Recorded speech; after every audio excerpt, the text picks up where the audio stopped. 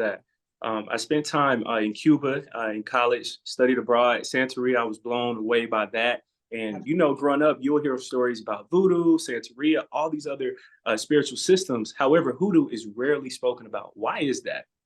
So that's an interesting story too, right? So our brethren in Cuba, particularly, and Haiti, they had Hmm. just a slight, we're gonna call it a slight advantage over Mm, what was happening here in the United States. And the real difference is that they were colonized by mm, Catholic countries. So the French, the Spanish, right? Whereas we here in the US were mostly colonized by the English and they were Protestant. And so one of the main differences there is that the Catholics believed that they were responsible for the souls of those who they enslaved. And so they taught them the catechism, all about the saints. They converted them into Catholicism. But what that also did, and they didn't necessarily outlaw the practice of their African traditions. And so what you saw happen was they're like, oh, they got these saints, they do all this. Okay, we got these Orisha over here. So what we gonna do is we gonna go ahead and bring them together. And I'm gonna mm, say I'm praying to the Virgin Mary, but right. really know that I'm praying to Yemaya or Mm, Oshun or Ya. And so they had the advantage there in that the Catholic were a little more tolerant of African religion and spirituality mhm, overall. Now mhm. here, up and down the South, the East Yep. Coast, Yeah.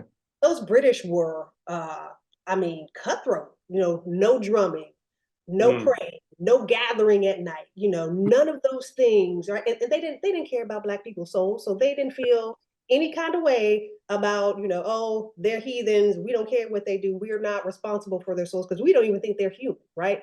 And so their approach really pushed the religion underground. It had to take a different form. And so what you see happen is, hoodoo and conjure have lost the organized religious components, right? So you don't see a priesthood, you don't see certain prayers, you don't see the same rituals as you would see in a ceremony for Voodoo or Lukumi or even Ifa, right? Where mm, they have these very specific rituals that happen. What you do see in conjuring hoodoo, though, you see the spells, you see the herbal magic, the poisoning, the mm, use of the natural environment. You still talk to spirits, right? But you mhm, don't have that structured religious component, right? So you take that mm, out and you have kind of what's left, right? The kind of hands-on practice of using the earth to do what you need to do. mm. I love that.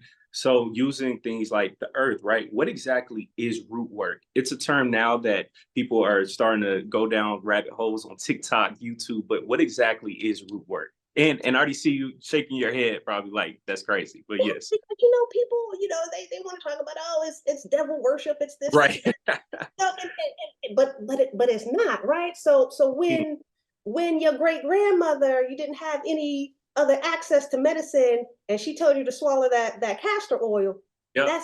that's hoodoo, that's root work, Yep. right? Yeah. It's Yeah. using the natural environment, right?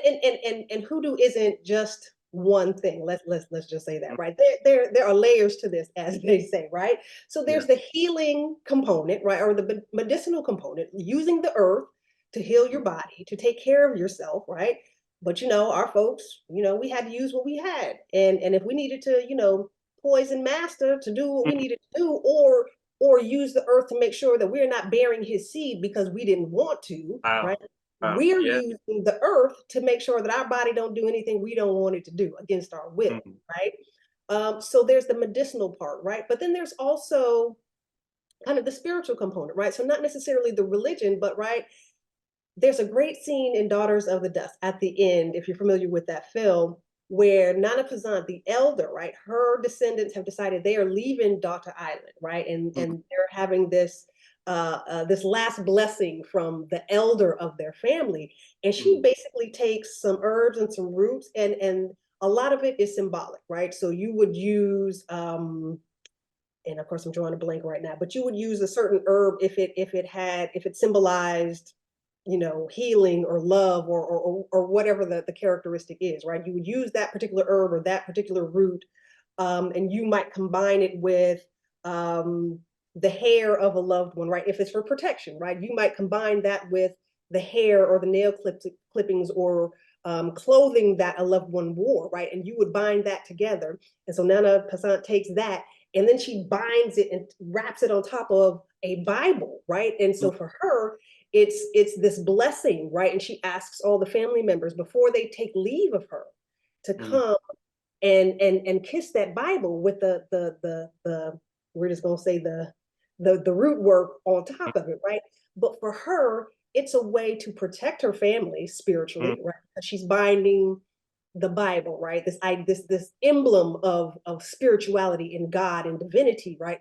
But also with these physical things that are tied to her descendants, right? So she's putting those two things together and she's creating this ritual in which she is giving the blessing of protection for her family before they leave, and who knows if they'll ever see her again, right? And so you do see the combination of kind of prayer, herbs, roots, but also things from the world that we live in, like the Bible, right? And you can create a spell, right, or a ritual, however you want to say it, in which you are invoking, right, the power of spirit, the power of divinity to do your will, right? And then of course there's the spoken word. Black folks will tell you in a minute, don't call me out my name, right? Right. Because we understand that there's power in speaking things, this idea that we can speak things into existence, right? There is even root work in that, right? Be careful what you say, right? And how you talk to people, right? Talk to me nice, right? Like all of that is really rooted in an African spiritual belief that you have the power, because you are a divine being, you have the power, right, to speak things. And once they are spoken, once they come out of your mouth, there is the possibility, there is the potential, right, that they can manifest, right? And so Black folks are always talking about, speak on it and all this, and have no idea, right, that Wow. rooted, right, in root work and conjure and this African spiritual way of knowing.